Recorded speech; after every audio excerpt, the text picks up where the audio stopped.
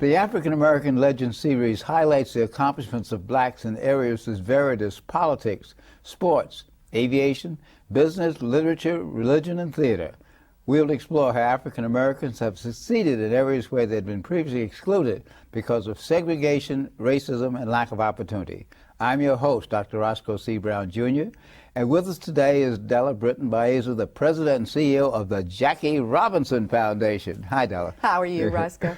Okay, now Jackie Robinson Foundation is a tradition in New York City. Between their jazz concert, their annual fundraiser, Bill Cosby's participation, and particularly the outstanding leadership of Rachel Robinson, the widow of Jackie Robinson.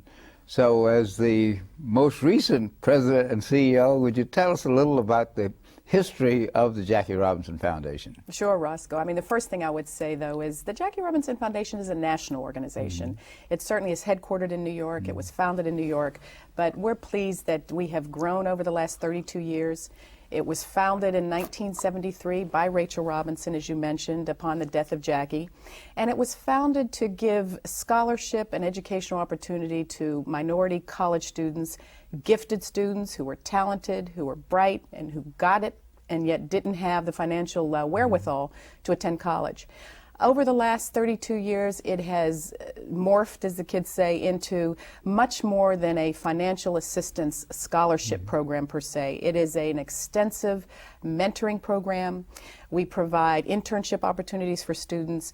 I like to say we give them survival tools as well as tools to excel in college. Not just to get through college, Roscoe, but to excel and to go on and become leaders, to become ambassadors of the Jackie Robinson way of life, I should say the Jackie and the Rachel Robinson way of life. One of the key things I would mention in a forum like this is that we have a 97% graduation rate.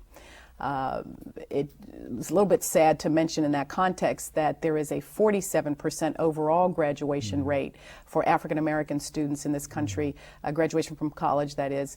And so we pretty much double that rate, something that on one hand is bittersweet because I would like to see that the numbers for African American graduates were not as low as they are. But according to the Education Trust, which is the so-called Bible of statistics in the education world, we are double what the graduation rate is. Of course, a lot of this has to do with the selection process.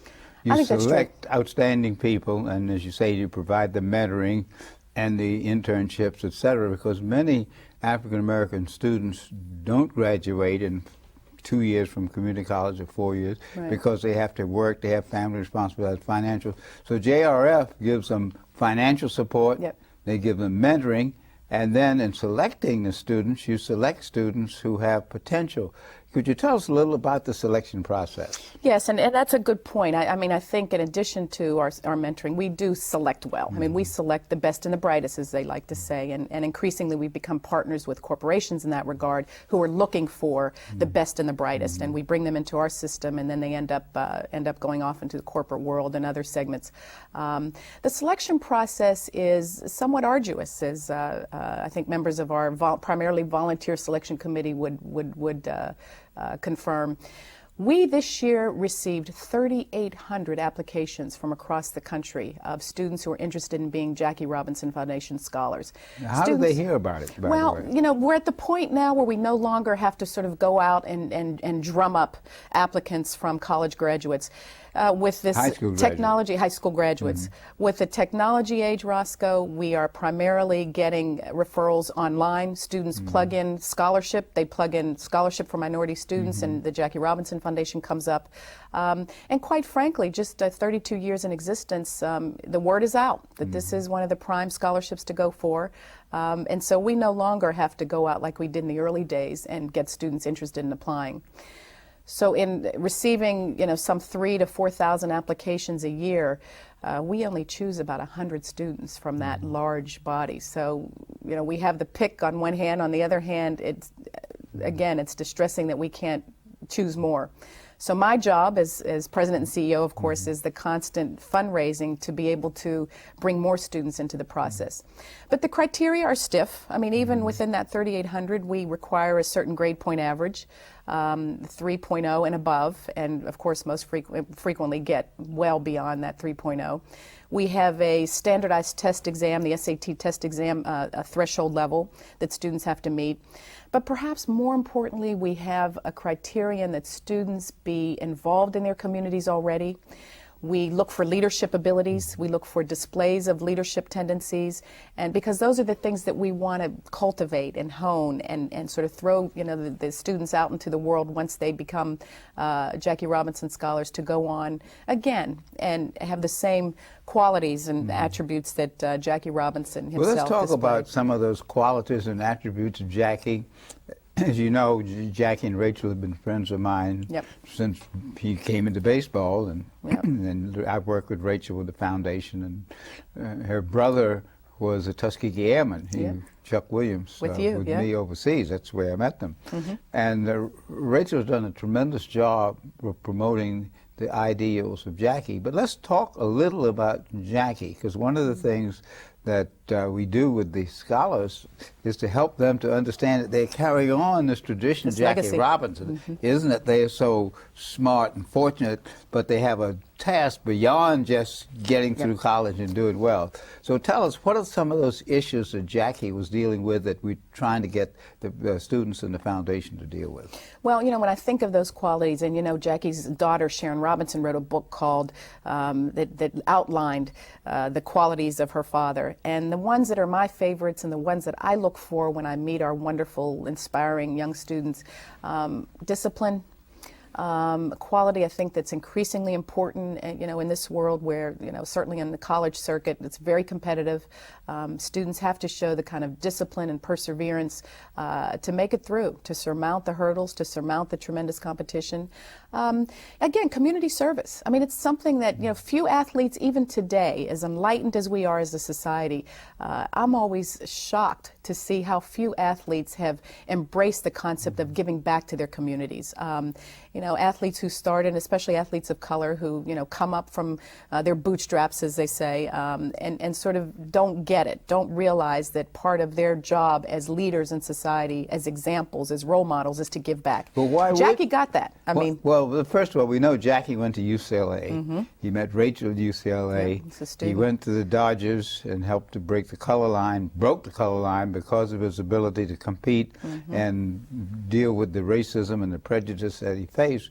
But many of these kids in the urban community don't have that opportunity. One of the things I think you hope to do is that some of the graduates from the GRF program will be role models to work with these kids and to help them to see through. So why would, I ask myself the question, why would an athlete who comes from an urban, lower income area feel a desire to give back unless someone like teaches you, them. like Jackie, like Rachel, like Sharon, brings that to their attention? Yep, and shows them the importance. I mean, a couple things. One is, I think it's important to convey to the students that you get a lot from giving back. You know, it's not, and I'm not trying to be overly philosophical or overly, you know, sort of spiritual, but there's a lot to be said for, you know, your problems seem small when you turn around and look back at those whose problems are bigger. So there's that component to it that says, you know, you are a better person, you feel better about yourself when you give back. The other piece is the better we do as a society overall, and I mean, it's not just the minority population that gets that, the overall population understands that philanthropy helps all of us, because the better we are as a society, the more we all advance, the more we all recognize that we're all in this together. And you know, I use this analogy a lot with the students. The 9/11 crisis that, you know, hit this country. You know, let's recognize that the people who drove those planes into the World Trade Center and into the Pentagon were people of color. International people of color. They aren't happy with some of the decisions we're making. They aren't happy with American arrogance. My theory is we're going to all have to be at the table to solve the problems of the future. People of all colors, of all creeds, of all religions are going to have to sit down and tackle these issues. It's not going to be done by one group. And so our piece to that big picture mission is to make sure that some of those people at the table are people of color who understand some of the cultural nuances that, you know, our leaders are not getting completely. And so that's another part of what we implore our students to do. Think about the big picture. Think about the sort of world stage. And I'll throw in here, Roscoe, that one of the exciting new programs we're starting at the foundation is something called the Rachel Robinson International Fellowship. And it's named after our founder. I thought it was time to name a program after her. She is still our guiding light. She still inspires me. She's very much with me, giving me direction and giving me historical context. And I thought it was time to recognize that Rachel herself, as was Jackie, is worldly and understands the global scene. So that this program will allow us to send some of our students abroad during the summer, something we've never done.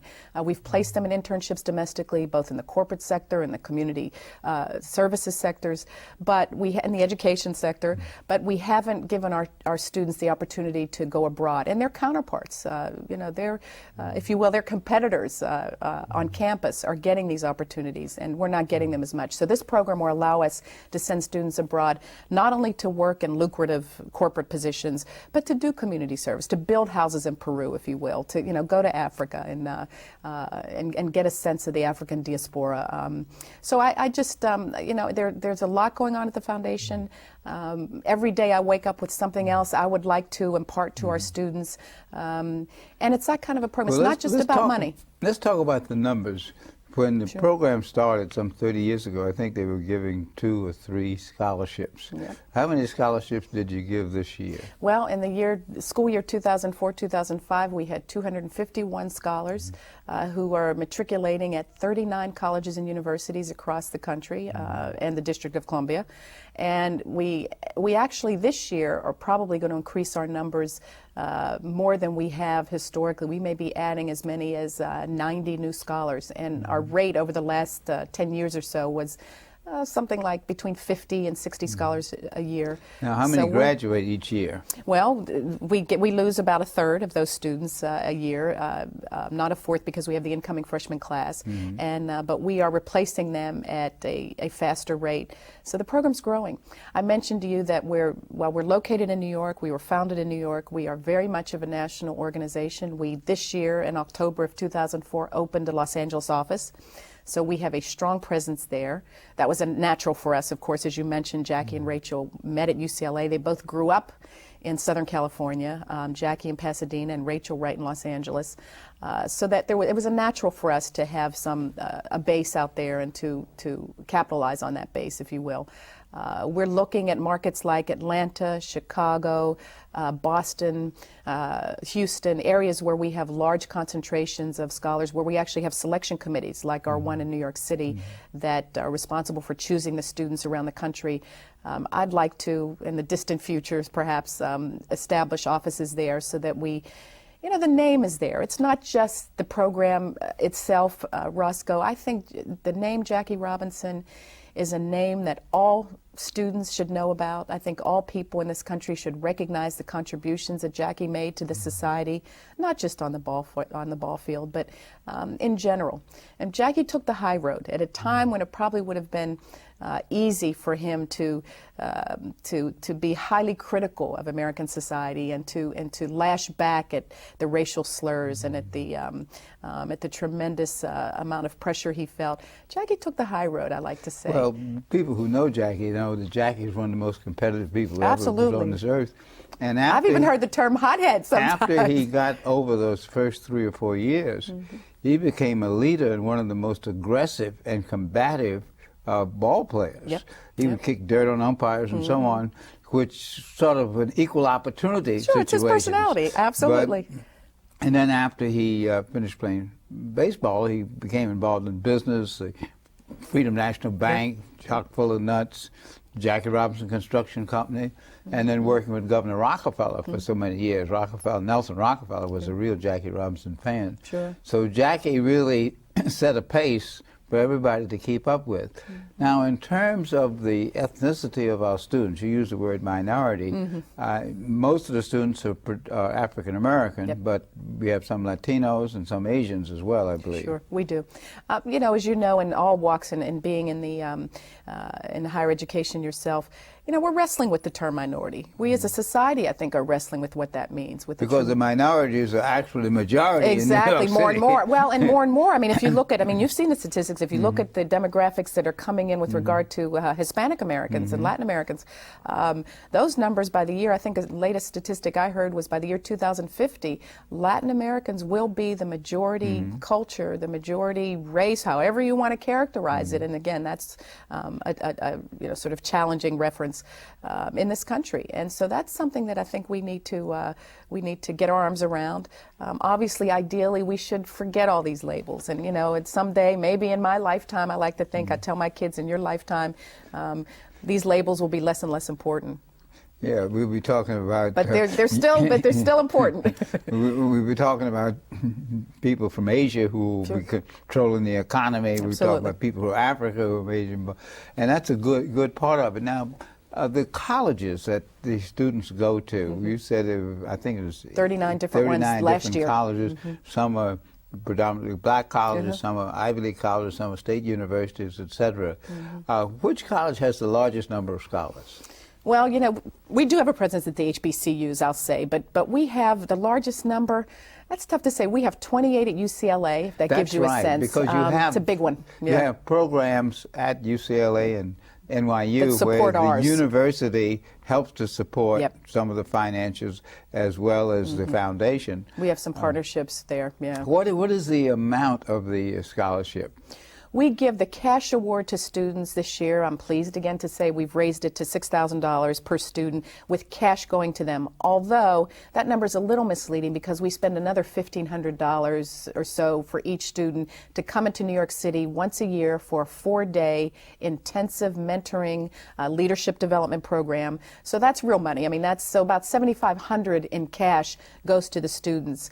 But then the scholarship sponsorship amount, if I can do a little plug here, is $10,000 per student, because that extra piece is not used for overhead, but it's used to make sure our program stays strong, stays personal, maintains that personal touch with students. When this program started, again, you mentioned Roscoe, since you know the program very well, it started in Rachel Robinson's living room. Now, some living room it was in her beautiful place in Stamford, Connecticut, but it started with her saying, I want to begin this program and I want to do it right, and I don't want to just write a check to students. I want them to know they have a family. I want them to know that they are going to be given the kind of support and the kind of real sort of exposure that some of these students, as bright as they are, just don't have in their home. They don't have the means to have the kind of exposure. Well, the main funding for this was the jazz concert initially. That was held in benefit at their house, at the Robinson House.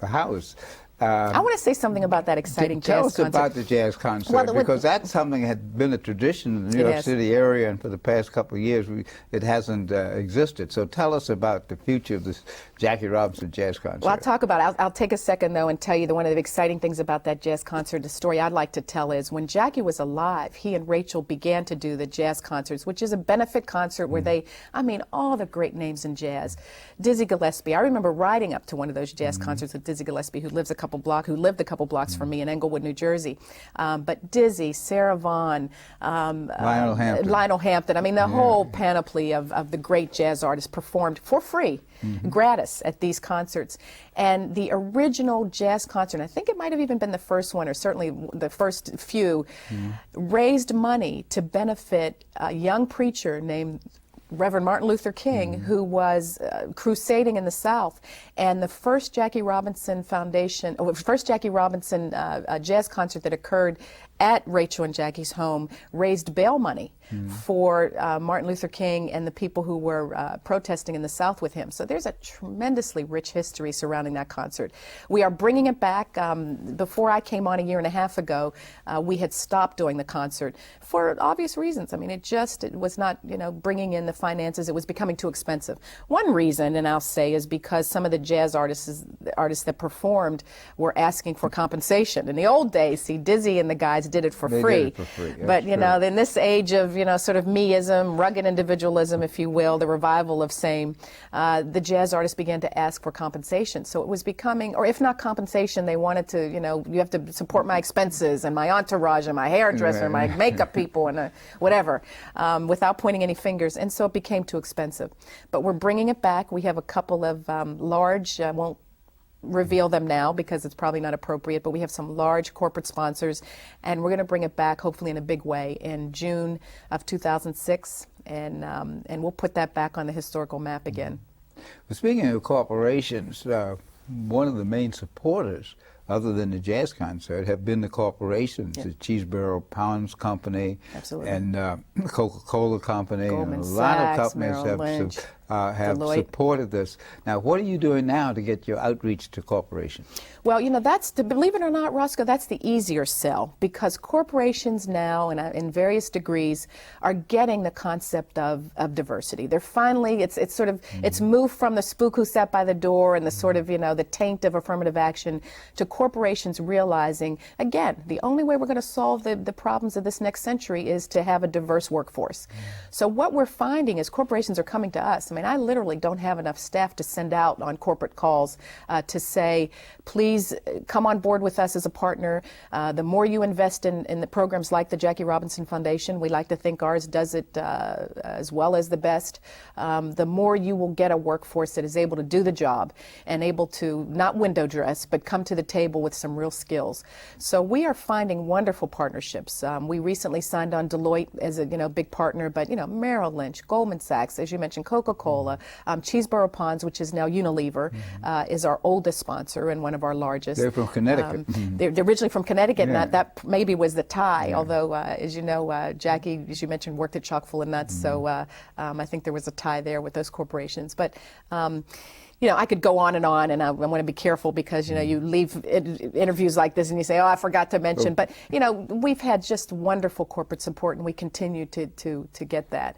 I'd like to see us get a little bit more support from the private foundation world. We haven't done as well going after the Heinz Foundation, the Bill and Melinda Gates. This seems like a no-brainer to me. I know they in a very big way have supported HBCUs, historically black colleges. They give the UNCF a large amount of money per year. We need to get into some of those private foundations. Well, you have a PSA, which we'll show a little bit. We do. I hope you show it, so yes. You can see how we're getting the message out. Yes. Overall, how many students have graduated from the Jackie Robinson Scholars Program? In our 32-year history, we have supported 1,000 Jackie Robinson scholars. I think we hit the 1,000 mark this year. But supported 1,000 graduated. Graduated, absolutely. That's right. Well, with a 97% graduation rate, those terms are synonymous. What are some of the things that some of the graduates are doing? Wonderful. We have, I like to mention, one of my favorites is Greg Gonzalez, who's a managing director, not just a managing director, but last year became a partner at Goldman Sachs, which of course puts him on the management team at Goldman Sachs. Greg Gonzalez is a Jackie Robinson Foundation scholar. Dante Pirro out on the West Coast, who's teaching at UCLA. They've gone on to be, doctors, lawyers, and by lawyers I mean partners in law firms and corporate senior attorneys at corporations. Engineers, we have a strong engineering force. Maybe that was that's a tie we've had with Air Products.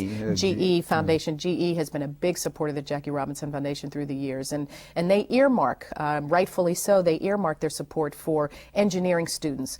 We have some very impressive engineering students coming out this year.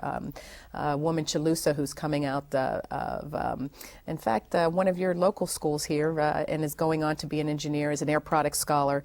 The gamut. We have artists. We have a couple Jackie Robinson scholars. One of the interesting points that I'll make is we get frequently asked what portion of our scholars are scholar athletes. Surprisingly few.